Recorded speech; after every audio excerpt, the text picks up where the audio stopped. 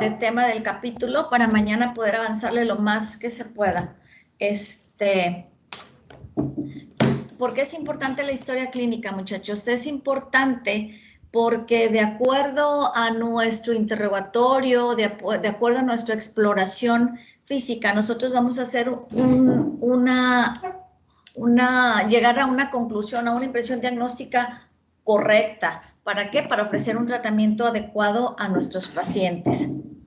Entonces, pues, ¿qué es lo primero que vamos a estudiarle?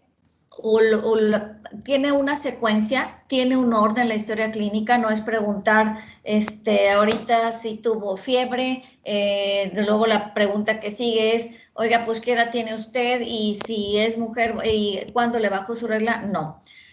En cualquier paciente, el formato de historia clínica, ustedes ya lo vieron, me imagino que ya llevaron clínica propedéutica, y se debe de seguir un formato. Para nosotros los ginecólogos es de suma importancia el interrogatorio dirigido a lo que son los antecedentes ginecobstétricos, pero no dejan de ser importantes los demás antecedentes. Entonces, para mí, en mi clase, esta es la distribución, cómo van a elaborar ustedes su historia clínica, sus notas de ingreso para ginecología, ¿ok? Entonces, cuando les pida alguna situación clínica, desarrollar algún tema de una situación clínica, esta es la forma en la que ustedes me lo van a presentar. Datos personales, datos generales, pues es lo primero.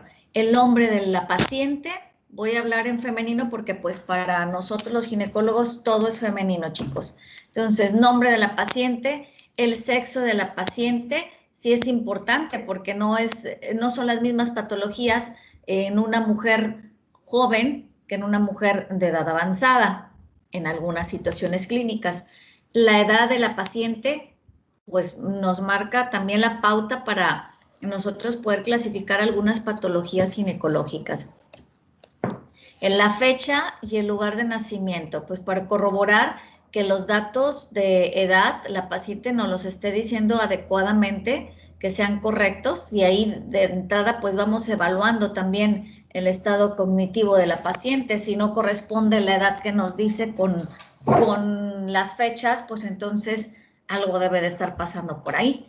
Fecha, lugar de nacimiento. ¿Por qué es importante el lugar de nacimiento? Porque habrá algunas patologías que por situación geográfica nosotros empezamos a tener una sospecha diagnóstica, y eso lo vamos a ver más adelante. No solo aplica en el área de ginecología, también aplica en otras áreas de la medicina, el nosotros poder encaminar nuestra impresión diagnóstica de acuerdo a la situación geológica de la paciente. La ficha, matrícula o número de seguridad social. Pues esto es porque pues en el sistema de Pemex, pues cada paciente tiene asignado un número de ficha, así le llaman. Matrícula, pues es en el caso de matrícula o número de seguridad social, en el caso del, pues sí, valga la redundancia, del sistema IMSS. Y Canseco también le llaman número de afiliación. El chiste es que de acuerdo a esta clasificación, nosotros nos vamos a ir al expediente o electrónico o físico. Es la forma como nosotros vamos a buscar la historia clínica de cada paciente. Domicilio. Sí es importante el domicilio porque de acuerdo a la situación del lugar en donde vive, nosotros también podemos encaminar nuestras impresiones diagnósticas. Si es una paciente que cuenta con todos los servicios de urbanización, si es una paciente que vive en zona rural o zona urbana, y pues esto sí nos va a marcar la pauta en algunas patologías. Teléfonos, pues importante el teléfono porque pues es la forma que tenemos para identificar a la paciente en caso de que recibamos algún laboratorio o algún estudio o se esté haciendo ay, se me fue un estudio de campo, por decir en las comunidades rurales, que bueno, no, a lo mejor no hay un teléfono en la comunidad rural en todos los sitios, pero bueno, en base al teléfono nosotros podemos identificar a nuestra paciente. Ya ahorita hasta en los ranchitos más pequeñitos, mientras haya señal, hay teléfono celular. Aquí empieza ya más encaminado a las patologías de la paciente, a la situación clínica que nos ocupa en cada una. Antecedentes personales no patológicos. Y les apunté entre paréntesis las abreviaciones porque es importante que se vayan familiarizando. Cuando ustedes vayan, o no sé si yo me imagino que ya están yendo a algunos hospitales en clases, en sus materias clínicas, pues ya tienen contacto con el expediente. Entonces, tanto los médicos adscritos, residentes, internos, a veces por cuestiones de tiempo hacemos abreviaturas y entonces ustedes se tienen que ir familiarizando. Estado civil de la paciente, para nosotros es importante. En ginecología, de acuerdo al estado civil, nosotros podemos deducir un ejemplo, enfermedades de transmisión sexual, pues es más probable, no quiere decir que la paciente que esté casada no las pueda tener, pero a lo mejor se da un poquito con mayor probabilidad la frecuencia. ¿Por qué? Porque una paciente que no está casada, pues a lo mejor tiene más parejas sexuales que una persona que ya tiene un compromiso de matrimonio. Grado de escolaridad. Es importante para nosotros porque también de acuerdo al grado de escolaridad nosotros sabemos los hábitos, de cada paciente. Profesión. ¿Qué tipo de profesión tiene? ¿A qué se dedica la paciente? Es importante para nosotros. No es lo mismo una paciente que trabaja que una paciente que es ama de casa.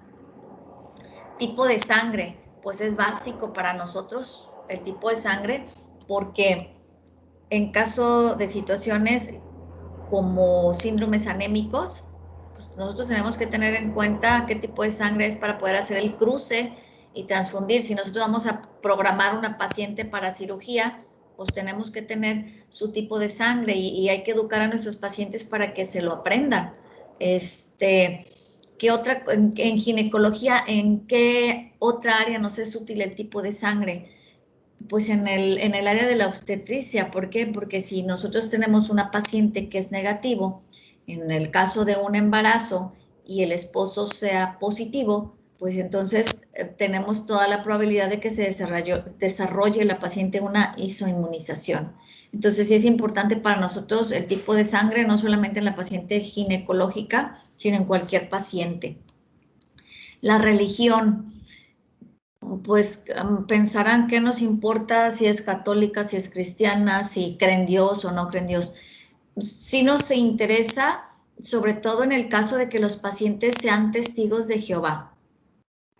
Desconozco si alguno de ustedes, mis alumnos, es testigo de Jehová, pero bueno, si alguno lo es o no, los testigos de Jehová no permiten las transfusiones sanguíneas. Entonces sí es súper importante para nosotros porque en casos en que nosotros tenemos la necesidad de hacer una transfusión, sí es un motivo de controversia total, porque desde el punto de vista aspecto legal, nosotros tenemos que ofrecer a nuestra paciente hasta la última instancia. Los testigos de Jehová siempre cargan en sus pertenencias cuando van a un hospital un formato donde ellos firman y dicen que no aceptan una transfusión sanguínea. ¿Hasta dónde nos sirve a nosotros?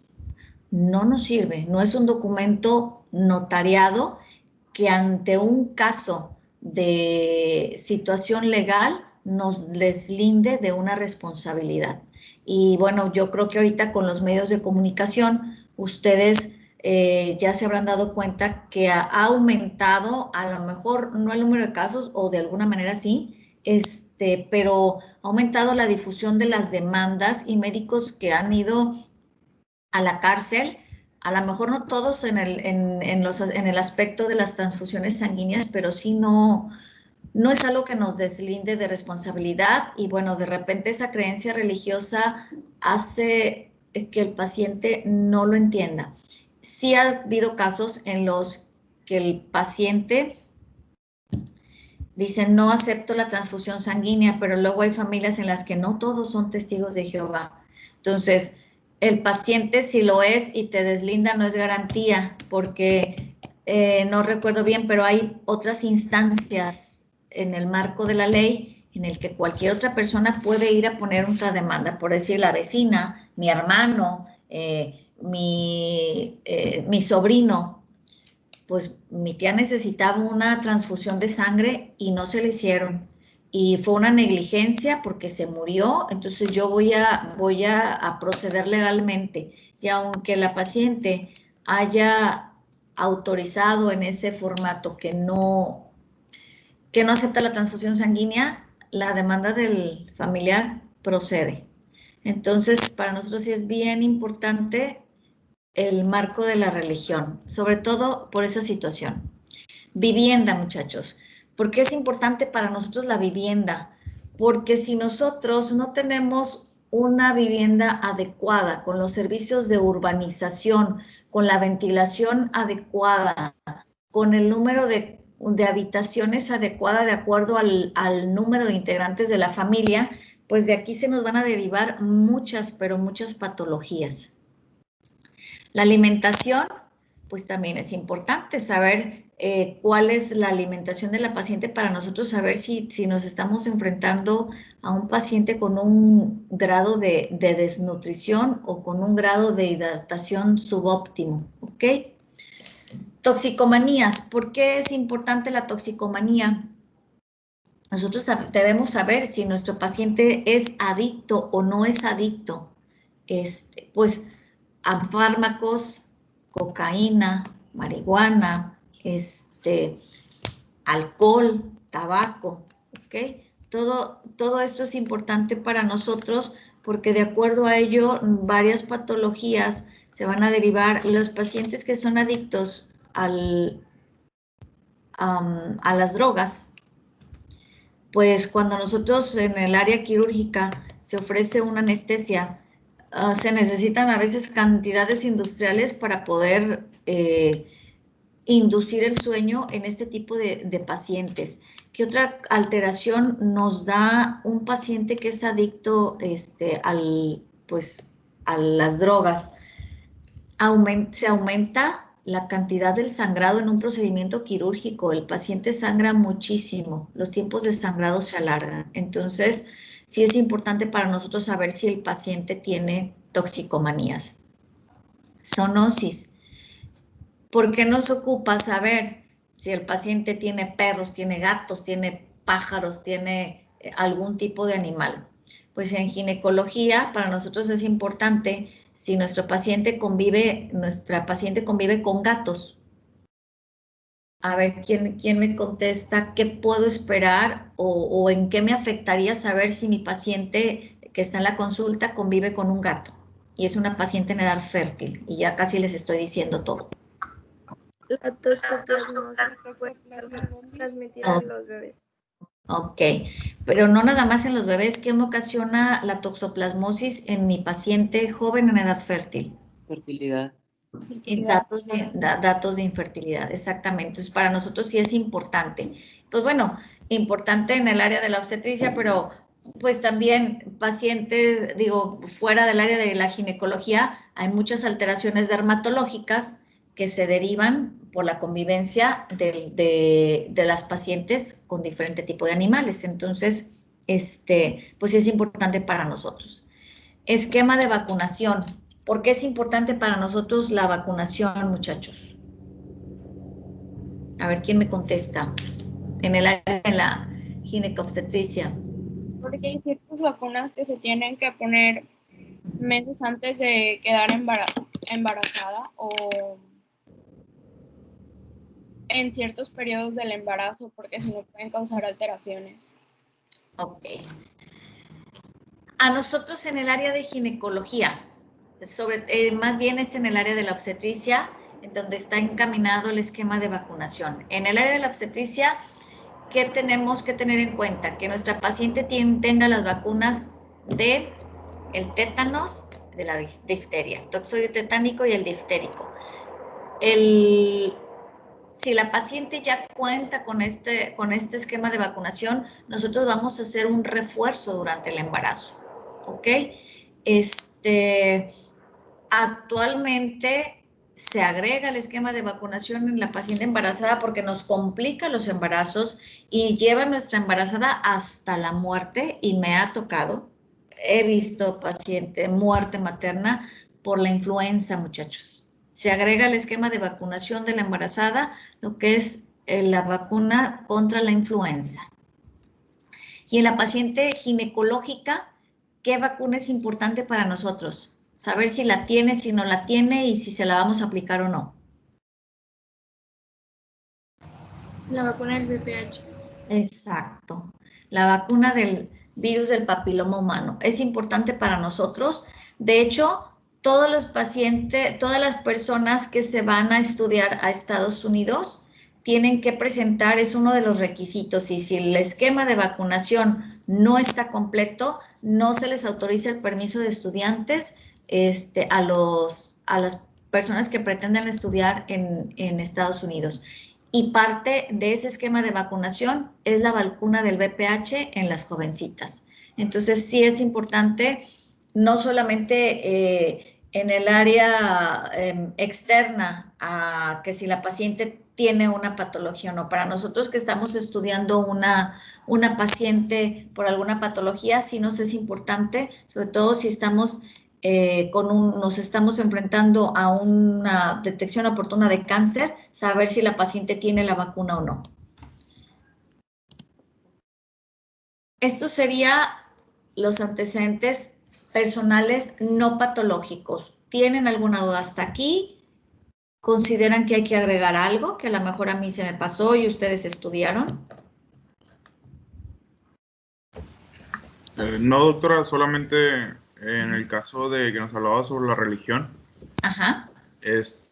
Entonces, ¿qué procede con ese tipo de personas con esa religión?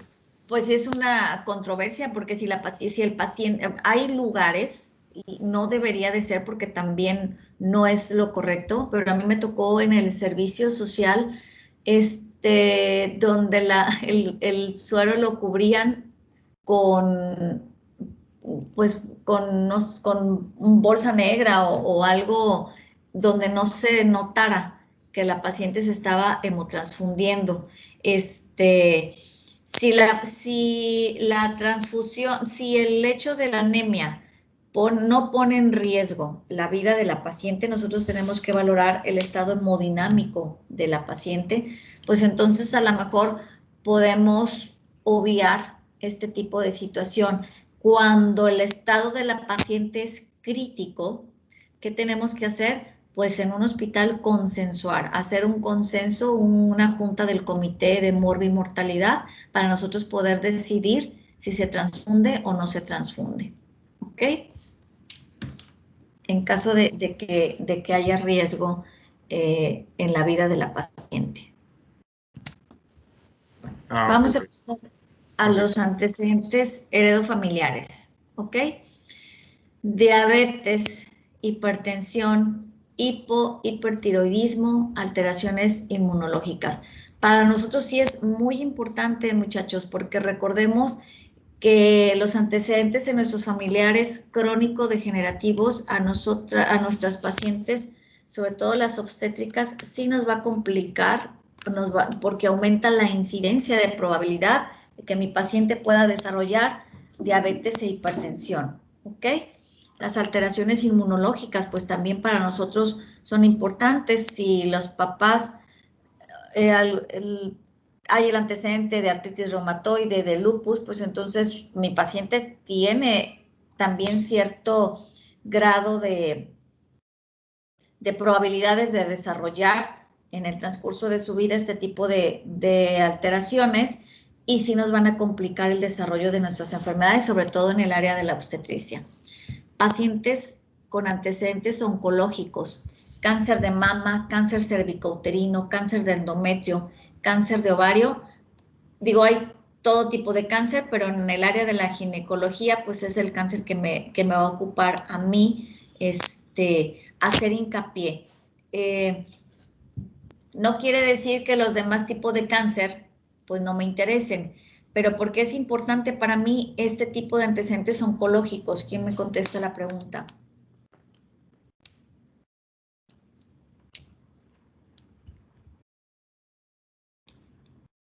Pues porque están relacionados con mayor herencia Porque hacia la paciente.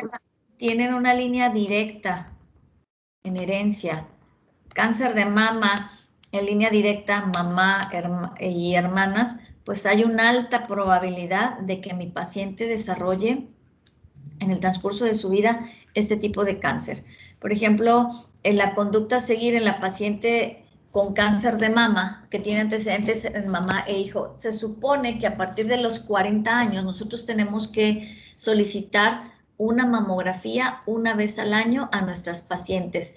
Pero si resulta que mi paciente, su mamá, tiene antecedentes de cáncer de mama, pero lo tuvo a los 35 años o a los 29 años o 30 años, yo tengo la obligación de pedir o sea, si yo hice un interrogatorio completo de mi paciente y yo sé que la mamá de ella tuvo cáncer a los 30 años, a partir de los 30 años yo tengo que pedir una mamografía en esta paciente. Entonces sí es importante para nosotros saber los antecedentes oncológicos porque de acuerdo a estos es la conducta que nosotros vamos a tomar en cada paciente. Cada paciente se individualiza y bueno, esto lo vamos a ir aprendiendo conforme desarrollemos los siguientes temas, ¿sale?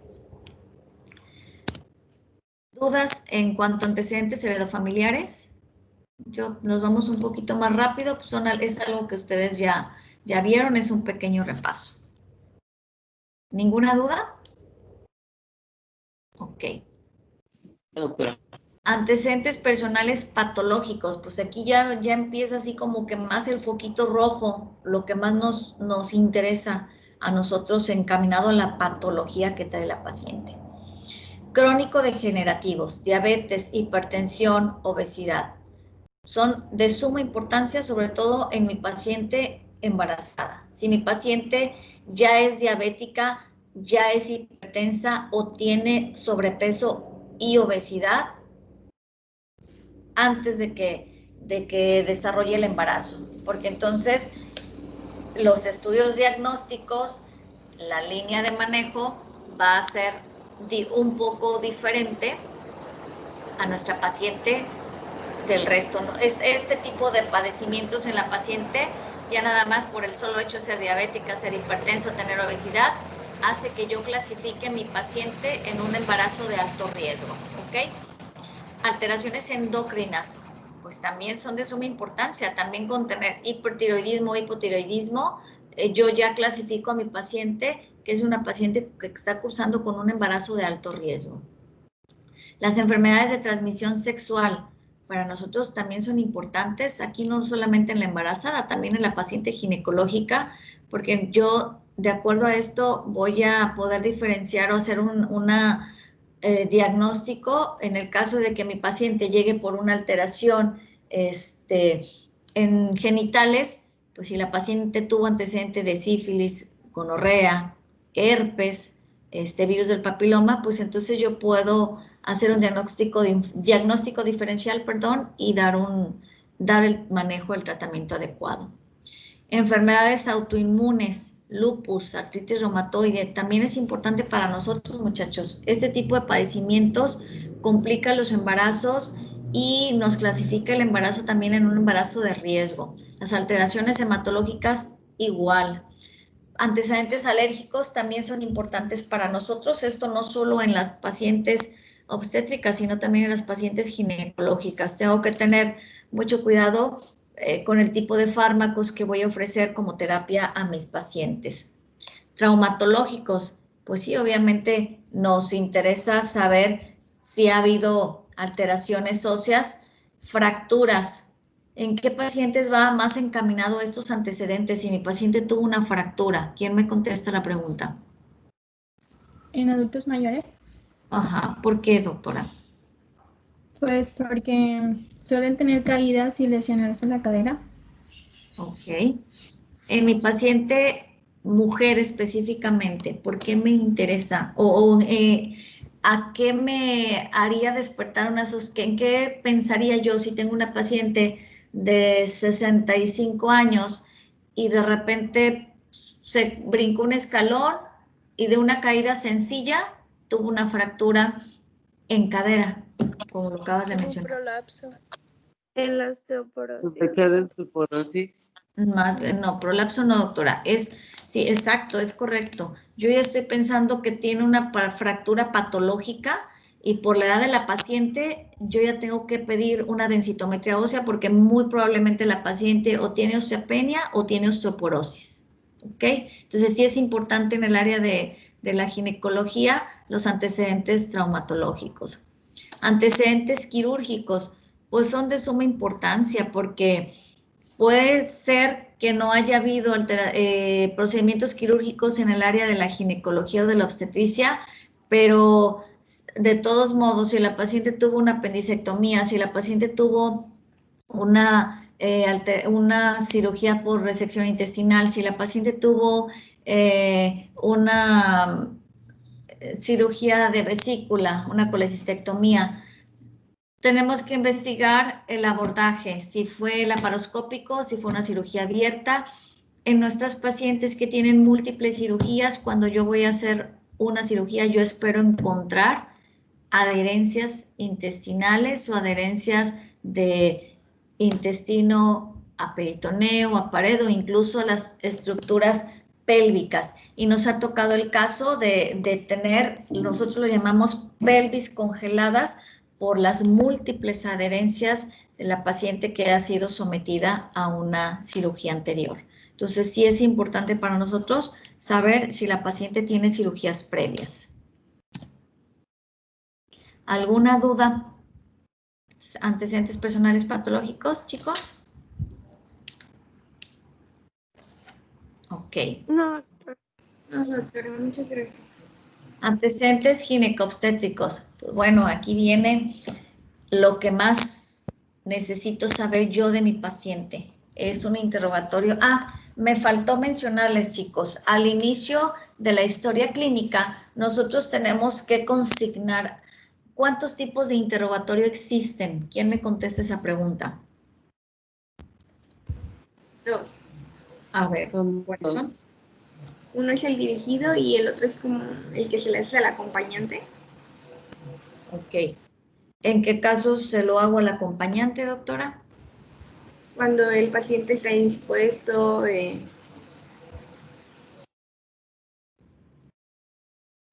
Si mi paciente no está consciente, pues yo voy a hacer un interrogatorio al acompañante, no va a ser un interrogatorio dirigido a la paciente. Si el paciente perdió el estado de conciencia, si la paciente tiene alguna alteración, padece de sus facultades mentales, pues yo no le puedo preguntar al paciente porque no voy a tener un interrogatorio adecuado. Si el paciente llegó y entró directo a quirófano, aunque esté consciente, pero la urgencia lo amerita, entonces en lo que entra a atenderse la urgencia, yo tengo que hacer un interrogatorio provisional que no sea dirigido. Entonces, sí es importante al inicio de la historia clínica especificar qué tipo de interrogatorio hicimos a nuestra paciente. En antecedentes ginecobstétricos, menarca. Para nosotros es importante saber a qué edad inició a menstruar nuestra paciente. Si cuando nuestra paciente inició su primera regla, a partir de ahí cursó con dismenorrea, o hay pacientes que cursan sus primeros ciclos menstruales sin dismenorrea y durante el transcurso de la menstruación, unos meses después, unos años después, empiezan a desarrollar ciclos dismenorreicos. Entonces tenemos que nosotros clasificar si la dismenorrea es primaria o secundaria. Todo esto en todas las pacientes que nos llegan a nosotros los ginecólogos, sea por embarazo, sea por patología ginecológica, yo a todas les tengo que preguntar y tiene que estar establecido este interrogatorio. Ritmo de mi menstruación. Si la paciente es una paciente con un ritmo regular o con un ritmo irregular. Y es aquí donde en la clase anterior les decía yo que tenemos que educar a la paciente, porque muchas veces la paciente nos dice, No, pues es que yo soy irregular, doctora, porque el mes pasado reglé, así me lo han dicho, yo reglaba todos los viernes y el mes pasado reglé miércoles. O sea, pero si cursó en el plazo de 28 35 días, pues la paciente es una paciente regular. O si no, nos dice, bueno, es que cada mes me baja 28 días, pero el mes ya tiene 3 meses que me baja cada 30, cada 35, entonces ya no soy regular. Nosotros tenemos que educar a nuestra paciente para que sepa qué ocupa saber si es regular o irregular. ¿Cómo definimos un ciclo regular o un ciclo irregular? ¿Qué otra cosa me interesa saber? La menopausia. En pacientes de edad avanzada, ¿a qué edad mi paciente dejó de menstruar? Y si la menopausia fue espontánea, que su ciclo menstrual remitió solo, o si es una menopausia inducida. ¿Quién me contesta a qué me estoy refiriendo con una menopausia inducida? A una histerectomía o algo por el estilo. Ok. Sí. La paciente que tiene histerectomía, pues cursa con una menopausia, pero y si es una paciente joven, ¿está en menopausia, doctora? Pues ya no va a tener su ciclo menstrual. Ok. Entonces, sí, Ajá, pero es inducida. es inducida, ok. ¿Y qué nos interesa saber en esta paciente que tiene una menopausia inducida? O sea, si mi paciente tiene 60 años y le hice una histerectomía, o 55, pues 50, 55, todavía tenía sus ciclos, le quito su matriz. ¿La paciente tiene periodos ovulatorios?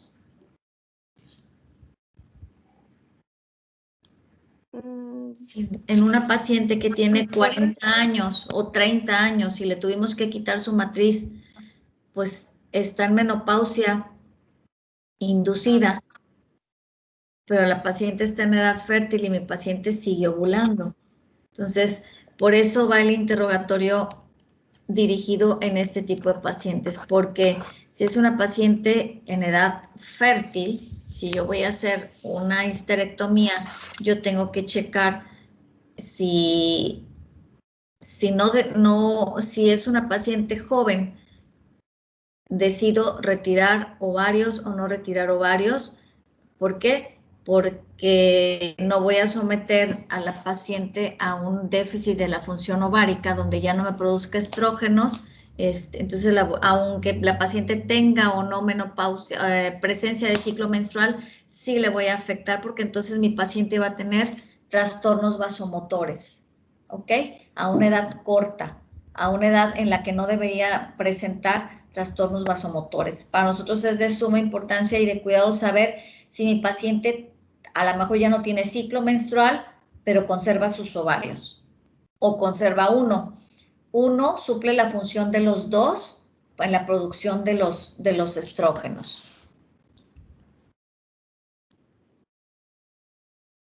Otra cosa de los antecedentes ginecobstétricos. Inicio de vida sexual activa, número de parejas sexuales. ¿Por qué es importante para nosotros, doctores? Por el riesgo de infección de transmisión sexual. Exacto. Doctora, Ajá, disculpe, yo no me acuerdo dónde lo leí, ¿verdad? ajá, Pero se lo voy a investigar para mañana u otro día. ok. No era muy relevante, bueno, sí es relevante, pero tenías que cambiar como que la pregunta al momento de hacer esa pregunta. Ay, no sé cómo explicarme, pero Que no le puedes preguntar al paciente a qué edad empezó su vida sexual por confidencialidad. el cambiar el número de parejas sexuales porque según lo que decía, lo que yo estaba leyendo era que si es más de 2 personas, como quiera, es el riesgo. O sea, no sé si me explico, que es como quiera el riesgo está aumentado si son 2 personas o si son 20. Entonces, el que el paciente te contestara más de uno está bien. No sé si me explico. Sí, pero no le puedes preguntar, ¿tuviste una pareja o más de una pareja? Es exactamente lo mismo. Entonces, sí entiendo. El riesgo para nosotros era lo que yo les iba a explicar apenas. ¿Por qué es importante para nosotros el número de parejas sexuales? Porque el inicio de una vida sexual a edad temprana y el número de parejas sexuales va directamente relacionado con la promiscuidad sexual. Entonces, esta promiscuidad nos aumenta el riesgo de enfermedades de transmisión sexual. No tiene tanta relevancia porque a partir de la segunda pareja se considera que ya hay promiscuidad sexual. Bueno, a lo mejor se escucha como muy duro el tema, pero digo, la definición, a partir de dos parejas, pues ya hay un riesgo de enfermedades de transmisión sexual, pero el riesgo, entre más parejas haya, más lo aumenta. Sí hay literatura donde habla que a partir de la segunda pareja ya hay un riesgo, pero entre más parejas sexuales se tienen, pues sí aumenta ese riesgo de enfermedades de transmisión sexual. No sé si me expliqué. ¿O contesté tu pregunta, doctora? Sí, doctora, gracias. Pero de todos modos, estamos abiertos al diálogo. Investígate bien, lo leemos y analizamos qué fuente de información, de dónde lo leíste, ¿sale? Sí, Para mañana se mañana. manda. Ok. Doctora, en Sí. esta parte nos preguntamos también si con sus parejas utilizó algún método anticonceptivo como es el condón o algo así. Es parte del interrogatorio también, los métodos de planificación. Pero pues es imposible, digo, me ha tocado pacientes que les haces la pregunta y así literal, muchacho, ay, no sé, ay, póngale que 9. Digo, pues ya cuando te dicen póngale que 9, Dios santo, pues con 9 trató de ser benevolente, quiere decir que yo creo que lleva como 15 o más, ¿verdad? Entonces, es imposible que te vayan a decir, bueno, con la número 1 usé preservativo, con la número 5 utilicé hormonal oral, con todas sí me protegí o con todas no me protegí. Digo, cuando ya tienen más de una pareja, pues ahora sí que es imposible que te puedan decir o en el transcurso de su vida si con todas utilizar, lo más probable es que no con todas hayan utilizado preservativo, pero sí es de relevancia. Ahora, tenemos que ser bien cuidadosos en este tipo de preguntas, muchachos, porque a veces la paciente va con el esposo y a veces la información no toda es verídica en una situación de pareja. Entonces, hacer este tipo de interrogatorio cuando la paciente va sola lo podemos hacer. Nosotros tenemos que evaluar, pero tampoco debemos de generar un conflicto de pareja, hacerla tan dirigida de acuerdo a como nosotros veamos que llega la paciente con el esposo o con el novio. Entonces, yo en lo personal, cuando va acompañada, si no es una enfermedad de transmisión sexual, lo que voy a estudiar y es otra cosa, pero es parte de mi historia clínica que tengo que hacer, pues entonces yo lo que hago es preguntar, ¿a qué edad se casó, señora? Porque pues a partir de la edad de que se ha casado es cuando la persona tiene una actividad sexual más regular. Entonces sí tenemos que ser cuidadosos con este tipo de preguntas para no generar un conflicto. Ahora, si tengo una paciente que va por un Papá Nicolau alterado, que trae una displasia leve, una displasia severa, pues entonces sí yo tengo que preguntar número de parejas sexuales, porque si son 5 o 6, pues o sea, sí tiene más repercusión. ¿Qué otra cosa les iba a comentar? Hasta aquí quedó claro, ¿verdad, muchachos? Sí, doctora. Ok. Gestas. Ay, Dios, perdón. ¿Cuántas cuántas gestaciones tiene la paciente. Para nosotros es importante el antecedente de cada uno. O sea, cuántas veces se embarazó la paciente y de cada embarazo que tuvo la paciente estamos obligados a indagar. Nosotros somos ginecólogos, no somos internistas. Ahorita todos en mi clase todos son ginecólogos, ¿ok? Y como todos somos ginecólogos, ¿qué me ocupa saber? Ah, la paciente está embarazada, este es su cuarto embarazo, pero bueno, nada más le voy a preguntar de cuántas veces ha ido a consulta. No, yo tengo que preguntar de cada embarazo para saber si hubo un control prenatal adecuado, cuánto pesó sus bebés anteriores, cuánto pesaron, la talla de los bebés y si hubo complicaciones, porque a partir de esta información yo puedo predecir si voy a tener algún riesgo en mi embarazo actual. Entonces, sí es importante para nosotros ser chismosos y preguntarle de cada embarazo cómo estuvo su control y qué complicaciones tuvo, ¿ok? Y la vía de resolución de nuestros embarazos anteriores. Si fue parto, si fue eutóxico y si fue distóxico. ¿Qué significa distóxico, doctores?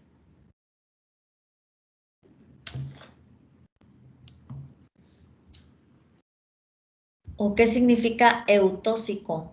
¿Alguien sabe? Son términos que tienen que empezar a aprenderse y a manejar. Nada de esto venía en su tema, en el libro, pero son cosas que ustedes tienen que saber, ¿ok? ¿Por qué? Porque cuando ustedes vayan al internado, son términos que ustedes van a manejar y cuando ustedes estén en el servicio social, ustedes tienen que hacer todo esto. En el servicio social ustedes son los ginecólogos, no hay ginecólogo. El distóxico no es cuando el descenso del bebé está obstruido por el pubis. No. Eutóxico se refiere a un parto normal. La paciente parió, pujó, con bloqueo, sin bloqueo, pero lo tuvo solito, es un parto espontáneo. Distóxico se refiere a la utilización de los forceps. ¿Ok? A la utilización del vacuum también es un distóxico. Si nosotros utilizamos cualquier herramienta que no sea parte normal del mecanismo del trabajo de parto, a esto llamamos distóxico. ¿Ok? Cesáreas. ¿Cuántas cesáreas hubo? Si tuvo 5 embarazos, ¿cuántos fueron partos o cuántos fueron cesáreas? Y de cada cesárea que haya tenido mi paciente, yo tengo que ser bien chismosa y preguntarle por qué le hicieron la cesárea, señora. Ay, doctora, pues es que me dieron los dolores o no me daban los dolores, o me dieron los dolores pero nunca dilaté, o pues el bebé tuvo sufrimiento fetal, o porque pues yo no quise que fuera un parto, yo quise cesárea. O sea, ¿por qué a la paciente la operaron? Ah, pues me operaron porque se me subió la presión, porque se me acabó el líquido, porque traía el cordón enredado. Todo eso para nosotros es importante. Entonces tenemos que preguntarles las indicaciones de las cesáreas anteriores, ¿ok? Abortos. De todos esos embarazos que tuvo la paciente, ¿cuántos fueron abortos? ¿Ok? ¿Qué nos interesa saber de cada aborto? El número de abortos, porque si mi paciente es el cuarto embarazo y los 3 anteriores han sido abortos, entonces yo ya tengo la obligación de estudiar, porque entonces el aborto lo clasifico como, doctores. No tienen la obligación de saberlo, pero si alguien me lo puede contestar. Una paciente que ya tuvo 3 abortos, ¿cómo la llamo? ¿O cómo clasifico el aborto? Es un aborto habitual, un aborto recurrente o habitual. Entonces, esta paciente se considera una paciente con datos de infertilidad. Entonces, yo tengo que estudiarla para ofrecerle un manejo adecuado a la infertilidad, ¿ok? Si la paciente, el aborto, si yo sé, digo, si la paciente sabe cuál fue la causa del aborto. Ah, pues tuve un aborto, se me vino solo. Ah, pues el aborto, el legrado me lo hicieron porque el bebé ya dejó de latir su corazón o porque el bebé no se desarrolló o porque estaba el saco pero no había bebé. Todo eso tengo que preguntarle a la paciente. Si fue espontáneo o si fue inducido. Si fue espontáneo, se le vino solo o tuvo amenaza de aborto, ya no se le pudo lograr. La paciente misma se los va a decir. Si el aborto fue inducido, si fue inducido porque la paciente no quería tener a su bebé o porque fue inducido porque la paciente tenía un embarazo anembriónico, pues no hay trabajo de aborto, no hay sangrado, no hay nada, pero si yo tengo un ultrasonido, tengo una cuantificación de fracción beta detenida y estoy observando que mi embarazo ya no se desarrolló o que el bebé tenía latido y ya dejó de latir, aunque no traiga trabajo de aborto, pues yo tengo que inducir el aborto porque es un embarazo no viable. Todo eso le tengo que preguntar a la paciente de los abortos. Hay pacientes que todo esto se los contestan perfectamente bien y hay pacientes que no tienen la más remota idea, ¿ok? Entonces, a veces deducimos. Nos quedan 4 minutos, ok. ¿Tienen otra clase, verdad, ahorita? Sí, doctora. Ok. ¿Dudas hasta aquí de los antecedentes ginecobstétricos? No.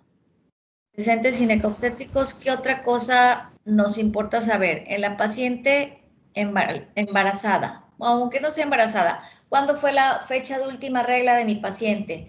Porque si va por alteraciones del ciclo menstrual, pues yo tengo que saber desde cuándo no regla. Si tiene un mes, pues no se llama amenorrea, se llama retraso menstrual. Si tiene 3 o 6 meses, pues entonces sí ya tiene una amenorrea, ¿verdad? Si es embarazada, pues pregunto la fecha de última regla y si mi paciente es regular en su ciclo, yo calculo la fecha probable de parto. Si yo tengo una paciente que tiene una fecha de última regla que no es confiable, pues entonces yo no voy a tener una fecha probable de parto confiable, entonces yo tengo que utilizar otra herramienta que es el ultrasonido para corroborar las semanas de gestación que tiene, si corresponden o no a su fecha de última regla. Entonces, para nosotros es bien importante en el área ginecológica y en el área obstétrica. Método de planificación. Si la paciente se está cuidando o no se está cuidando, ¿ok? Es importante para nosotros, sobre todo las edades. Si la paciente es embarazada y se estaba cuidando y al mes inmediatamente salió embarazada de que suspendió el medicamento, entonces tenemos una amenorrea no confiable del todo. Si la paciente ya tenía 6 meses de no cuidarse y sale embarazada, pues entonces, si la paciente sus ciclos menstruales son regulares, entonces tengo una amenorrea confiable en la cuestión del embarazo. ¿Ok? Entonces son importantes para nosotros métodos de planificación. ¿Y en qué otra cosa es importante el método de planificación? Porque si la paciente utiliza hormonal oral, pero hormonal inyectable o a lo mejor algún dispositivo, pero si no, pero no tiene una pareja regular, entonces yo estoy pensando, de acuerdo a la sintomatología, por lo que va la paciente, es también en enfermedades de transmisión sexual, si mi paciente no utiliza el preservativo o si mi paciente utiliza preservativo como método de planificación, pues es un método nada seguro. Si la paciente les dice que utiliza el ritmo, pues es el método menos seguro de todos, ¿ok? Entonces sí es importante los métodos de planificación. Papa Nicolau. Para nosotros es importante porque de aquí se derivan muchísimas, aquí tengo un error de ortografía, perdón, fecha del Papa Nicolau y el resultado del Papa Nicolau. Todos los días nos enfrentamos a que la paciente, sí me lo hice hace como 6 años, doctora, pero nunca regresé por el resultado. Tengo una alta probabilidad de nosotros poder enfrentarnos a una paciente que tenga pues una displasia, ¿verdad? ¿Por qué? Porque no tenemos resultados de Papa Nicolau recientes. Hay que educar a nuestras pacientes a que la detección oportuna de cáncer cervicouterino tiene que ser una vez al año. Por motivos de institución, por motivos de recursos, de volumen de pacientes, de infraestructura, pues hay lugares en donde se les dice que es cada 2 años. o si la paciente ya no tiene matriz, se lo hacen cada 5 años. No, jovencitos. A la paciente se le tiene que educar a que cada año, o sea, de un año a otro, la situación del Papá Nicolau cambia, incluso hasta a los 6 meses. Cuando nosotros tenemos un Papá Nicolau y colposcopía alterado o hicimos nosotros algún tratamiento, nosotros tenemos que hacer cada 6 meses hasta llevar 3 o 4 después de un tratamiento en el que nuestro resultado salió satisfactorio. ¿Ok? Entonces sí es importante para nosotros la prueba del Papá Nicolau, fecha en que se realizó el último y el resultado. Las enfermedades de transmisión sexual pues son importantes para nosotros, muy pero muy importantes. Y pues ahora se le agrega a nosotros lo que es la infertilidad.